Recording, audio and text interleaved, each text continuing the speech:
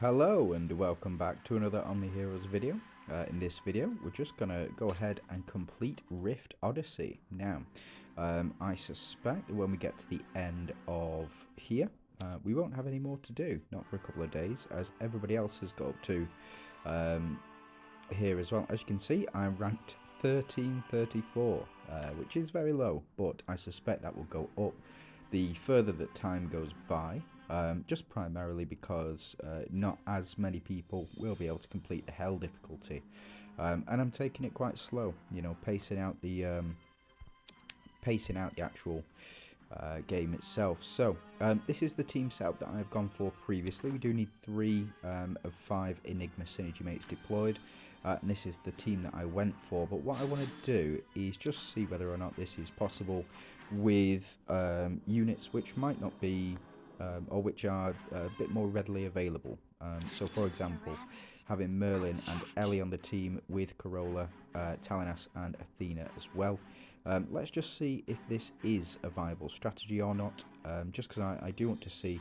These are probably the easiest units to obtain out of all of them. Potentially not Althea, potentially instead Talos in this slot, or Victoria.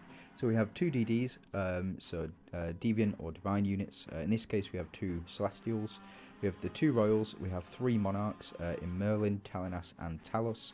We have 3 Light Seekers in Corolla, Ellie and Merlin. And just in case you don't know what Light Seeker does, Light Seeker, every 1 stack of buff gained by Light Seeker heroes, increased damage boost and damage reduction by 2% up to 20 stacks. So for effectively you can get a 40% damage boost and 40% damage reduction just from this Light Seeker's ability alone, and then you can get up to 80% damage reduction and 80% damage boost if you have 5 Light Seekers in there as well. Bit of connection issues here. Hold on. Are we connected? Looks like it. So let's find out. So we do have 2 Shadow Arcs in the form of Corolla and Ellie. We have 2 Glorians as well, but that shouldn't matter too much. What you can do, instead of running, say, Ellie in this spot, if you do have a copy of Cleo, you could run her instead, and have access to 3 Ethereals instead. Not Ethereals, sorry, Glorians instead. As you can see, there's no other Glorians besides Wu, but I just wanted to check and see whether or not this is a viable strategy. So let me budge this over this way, and let's see just how good this team is. Now, personally, for me, I don't think that the Enigma synergy is a great synergy. The reason for that is primarily because it just seems a bit redundant. So here, you know, enemy hero recruited by Phantom Illusion effect, max HP, but it's up to consumes 50 energy. And as you can see at the moment, we've not had any energy. We do have damage reduction on the team, which is fantastic. That's why. Okay, so it is a viable strategy. You can run these units, you just need excellent artifacts here. So as you can see, I have the Enigma's HP increase. So this increases HP by 300% up to 1500% per stack. And then this is whenever we trigger Phantom Illusion, again 1500 attack, plus an additional 500% attack as well. We have the Splash Axe, and we have the crit rate resistance, and also max HP artifact in there as well. Again, you can run any number of these artifacts, but those are the primary ones you should be running for this synergy. So let's go ahead and see. Again, we may just take this all the way through to the end and finish Abyss with it. With these particular units, it may even be, what I might try next is taking out Talinas and taking out Talos as well, just to see whether or not we are able to beat these stages with just a normal Light Seekers team. So in case you don't know, I have been I've put out a shorts series with regards to, it looks like, yeah, we'd definitely be able to. So what I've done is I've put out a short series, so Light Seekers versus Royals, and I've used all of the Light Seekers on any particular synergy, and also then put out in the same short, I have put out a Royal version of that team as well. You should go check them out. Very good, quite informative, I think. Yeah, it looks like able to get through. Talon has to do the most damage, but what I want to do is, let's take you out, go back into our Enigma synergy here, and the ultimate test. So these are the units that people use the least, and they include them on the Enigma synergy, and then retrospectively added in the DD units as well to this synergy. Nobody really liked the fact that you had to, or you had these units here. We do have an Enchanters synergy going on, so you could effectively run 5 Enchanters in this team, in Ashlim, Elrain or Elryan, this Avenger here, and Corolla with Wu and also Cleo as a potential 5 Enchanters synergy. It might be very good, might be very bad, not too sure.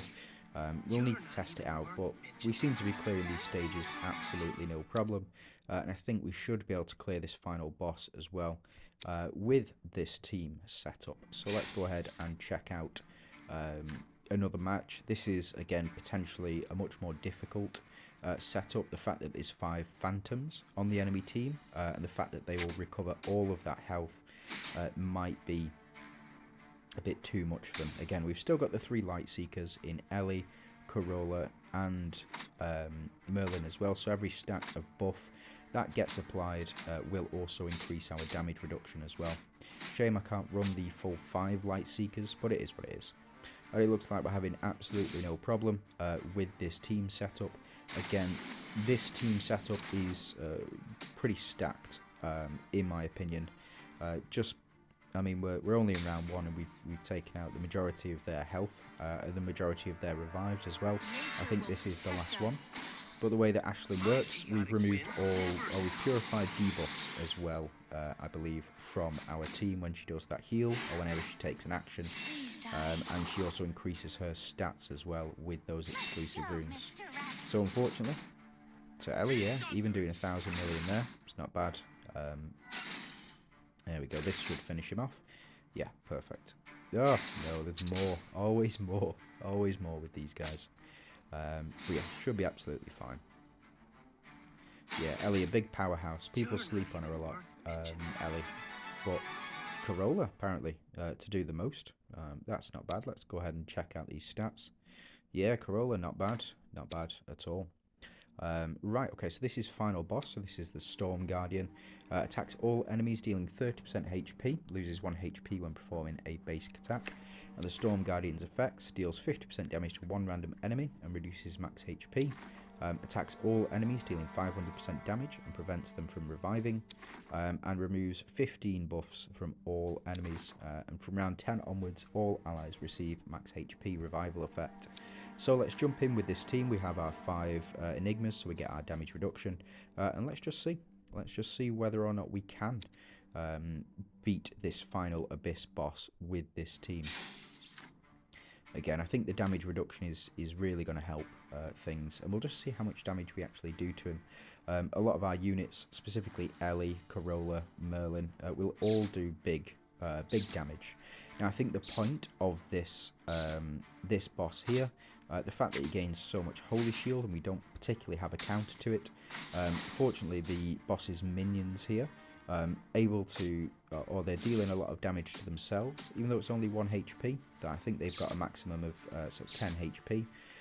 And they've also increased the round cap as well, that's nice. So previously, what I meant by this is up here, the 2 out of 30, that was 2 out of 15.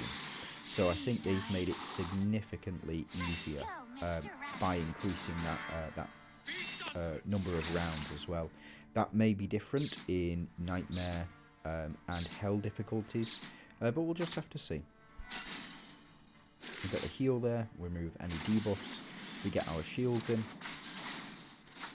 Yeah, and can't penetrate the shields, even though we're doing, yeah, we should be doing quite a bit of damage to them. I think absolutely fine here. We just need to wait, unfortunately, until these guys die, or until we build up enough damage. Now, the way that this works is each time they use an active skill, so we should have been building this up already, but we only use one active skill every 3 rounds. So effectively, every 3 rounds we should be stealing enemies. But again, we've built up no. Yeah, we've built up no energy, which is a bit weird. Maybe because we're not doing any damage. I don't know. Maybe somebody can explain it to me. So you get that full heal here anyway, from Ashlim, putting in the work there. Yeah, you go, Ashlim. Prove you're not just fodder. But yeah, so we should have been building up energy, but we've not been able to. Again, let's see. Gain 10 energy each time they use an active skill. So these are basic attacks. We've already been through our active skill phase, and yet we've still got no energy. There's got to be something wrong there. There really has to be something wrong there. I mean,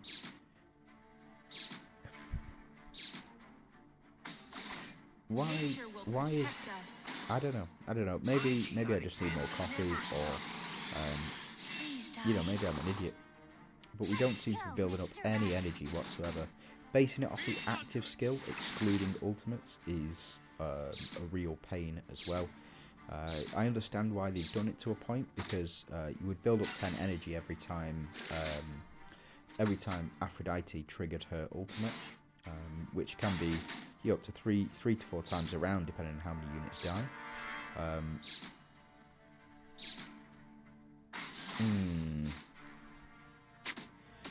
So again, boss gains all that holy shield. How many holy shield stats he got at the moment? Let's see.